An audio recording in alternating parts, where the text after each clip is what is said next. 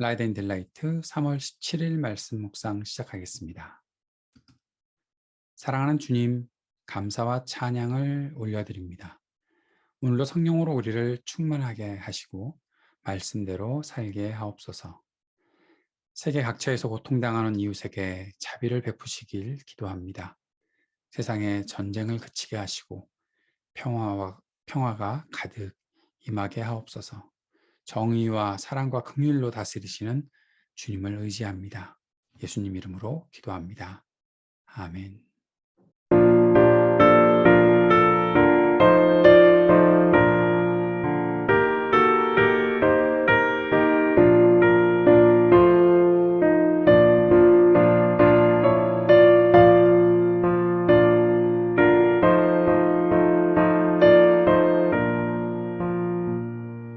주님의 마음을 못 받는 자, 그 맘에 변방이 찾아오면 험악한 세상을 이기리 하늘로부터 임함이로다. 주님의 마음 본받아 살면서 그 거룩하신 나도 이루리. 주 모습 내 눈에 안 보이면 그 음성 내 귀에 안 들려도 내 영혼 날마다 주를 만나 신령한 말씀 늘 배우도다. 주님의 마음 본받아 살면서 주님의 그 거룩하신 나도 이루리.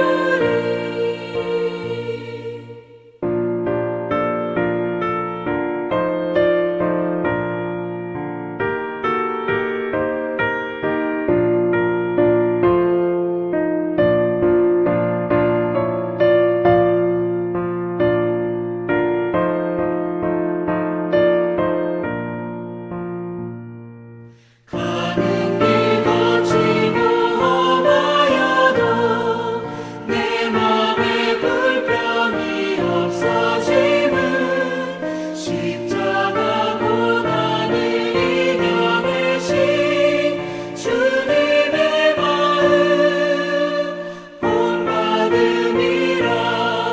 주님의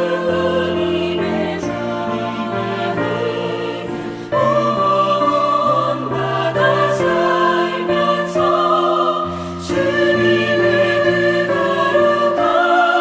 거룩하신 나도 이루리. 주 예수 세상에 다시 오실 그날의 무성도 변화하여 주님의 빛나는 그 영상을 다 함께 보며 주 찬양하리. 주님의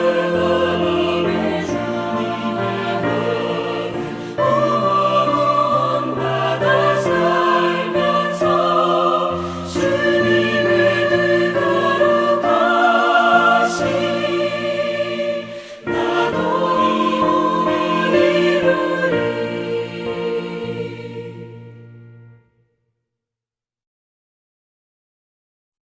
레위기 11장 1절에서 23절까지의 말씀입니다.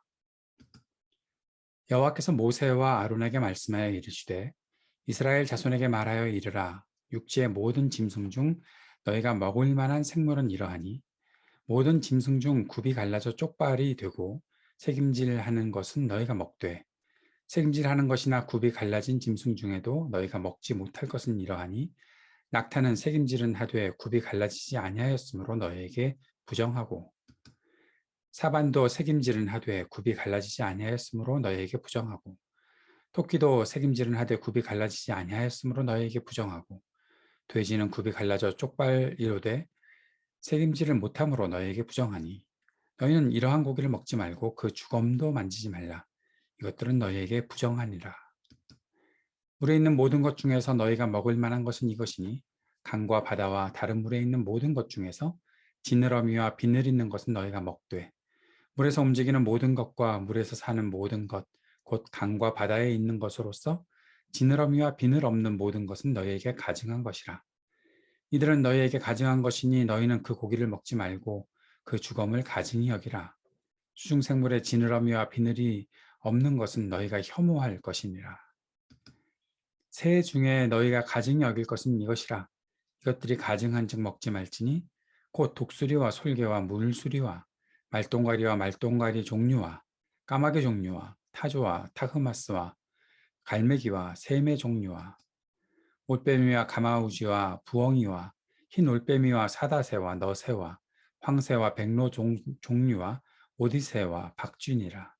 날개가 있고 네 발로 기어다니는 곤충은 너희가 혐오할 것이로되 다만 날개가 있고 네 발로 기어다니는 모든 곤충 중에 그 발이 뛰는 다리가 있어서 땅에서 뛰는 것은 너희가 먹을지니 곧 그 중에 메뚜기 종류와 배짱이 종류와 귀뚜라미 종류와 팥중이 종류는 너희가 먹으려니와 오직 날개가 있고 기어다니는 곤충은 다 너희가 혐오할 것이니라. 아멘. 예, 오늘 말씀은 정결 또는 부정결에 대한 말씀이 이 11장을 통해서 나타나고 있습니다. 하나님이 만드신 세상에서 정결과 부정결이 구분되는 이유가 무엇일까요? 이 정결법이 만들어진 것은 타락한 세상에는 악과 질병과 재앙과 죽음이 존재한다는 것이 전제되어 있습니다. 그래서 정결과 부정결로 구분하는 것이죠. 사람과 생명은 먹는 것은 생명을 죽이기도 하고 살리는 것이 되기도 하지요. 태어나는 것, 성생활과 출산을 포함하는 일들입니다. 피부질환, 사회적 죽음과 사회적 생명의 회복이 피부질환과 함께 밀접한 관련이 있다는 것을 우리가 율법을 통해서 보게 됩니다. 정결은 그래서 상징적으로 생명을 의미하고 부정결은 죽음을 의미한다 볼 수 있습니다. 정결법은 생명의 기원이 하나님으로부터 왔다는 점을 전제로 하고 있지요. 정결법은 창세기로부터 비롯되는 유일신론에 대한 새로운 인식을 촉진하는 역할을 수행하기도 하는 것이다 라고 우리가 정결과 부정결을 이해하는 기준을 삼았으면 좋겠습니다. 좀 쉽지가 않죠. 지금 우리가 생활하고 있는 이 세상의 이치와 우리가 알고 있는 상식과는 조금 다른 부분들이 있기 때문에 그렇게 느껴질 텐데 우선 우리가 제일 처음에 말씀드렸던 것처럼 이 타락한 세상에 악과 질병과 재앙과 죽음이 존재한다는 것을 보고 어떻게 해야 우리가 먹는 것과 또 사람이 태어나고 죽고 그 가운데 병들고 하는 이 일들을 어떤 식으로 우리가 관리하고 또 그것을 어떻게 의미 부여를 해나갈 것인지 생각해 보면 이 부분을 조금은 더 가깝게 이해할 수 있지 않을까 싶습니다. 오늘 우리가 읽은 11장 1절에서 23절까지에서는 식용 가능한 짐승들이 무엇인가를 보여주고 있습니다. 가축, 또 수생생물, 날개 있는 것들, 곤충 등이 있는데 그것들을 정결하고 부정한 것 또는 가증한 것이라고 이렇게 나누어서 보여주고 있지요. 부정한 짐승은 먹거나 접촉을 통해 부정해지는 그러한 짐승을 의미합니다. 가증한 짐승은 먹는 것에서 배제가 되지요. 접촉을 통해 부정해지지 않는 짐승을 의미하는 것입니다. 짐승들이 존재론적으로 선하거나 악한 것인가? 그가 존재하는 것이 악하고 어떤 짐승은 존재하는 것 자체가 선하고 그런 것으로 구별하는가? 그것이 아닙니다. 이것은 이스라엘의 음식 규례로 제한과 허용이 된 것으로 생각하는 것이 맞지 그 짐승 자체가 악하거나 선하다 그렇게 구별하는 것은 아니라는 사실을 우리가 잘 이해하고 있었으면 좋겠습니다. 먹을 수 있는 짐승을 어떻게 분별하는가? 가축으로서 발굽이 자라고 쪽발이고 책임질을 하는 부류, 책임질의 경우에는 이러한 현상적인 부분들이 있는 것이죠. 이러한 것들은 먹을 수 있다라고 그렇게 분별할 수 있다 가르치고 있습니다. 먹을 수 없는 짐승은 무엇인가? 위에 세 가지 범주, 발굽이 자라거나 쪽발이거나 책임질을 하는 것. 이 세 가지 범주에 모두 부합하지 않는 짐승, 그것은 먹을 수 없는 짐승이다. 발바닥으로 걷는 짐승, 부정한 짐승의 고기나 사체와의 접촉도 부정하게 만든다라고 말하고 있습니다. 수중에서 살고 있는 수생생물은 어떻게 분별하는가? 지느러미와 비늘이 있는 것만 먹을 수 있다라고 보면 됩니다. 그렇지 않은 것은 가증하다라고 말하고 있지요. 때를 지어 다니는 것들은 가증하다. 이 가증하다는 말은 볼품이 없다라는 어원을 갖고 있는데 왜 하나님께서 이러한 율법을 말씀하고 있는지 한번 생각해 보았으면 좋겠습니다. 그렇다고 해서 그러면 비늘이 있는 것은 뭐 선한 생선, 물고기고 비늘이 없으면 악한 생선인가? 그런 것은 아니라는 겁니다. 그런 규례를 만들어 놓고 있는 것입니다. 날아다니는 것들은 어떻게 분별하는가? 먹을 수 있는 새에 대한 목록은 없습니다. 먹으면 가증한 새들의 목록만 있지요. 아마도 이 새들을 보면 맹금류, 잡식성, 야행성 조류로 피채 먹거나 사체를 먹는 새들, 그 새들을 염두에 둔 것으로 볼 수 있지 않을까 싶습니다. 곤충의 경우도 나타나 있는데 날개가 있고 뒷다리가 있는 경우에만 먹을 수 있다라고 말씀하고 있죠. 거룩한 음식은 일상과 거룩의 사이를 오갈 수 있는 유일한 매개 물질이었다는 거죠. 제사장이 거룩의 영역에 존재하고 있고 제물을 드리는 사람은 일상의 영역에 존재하고 있을 때 이들이 제물을 드릴 때만 서로 만나잖아요. 거룩과 일상이 그러면 그때만 만나는가?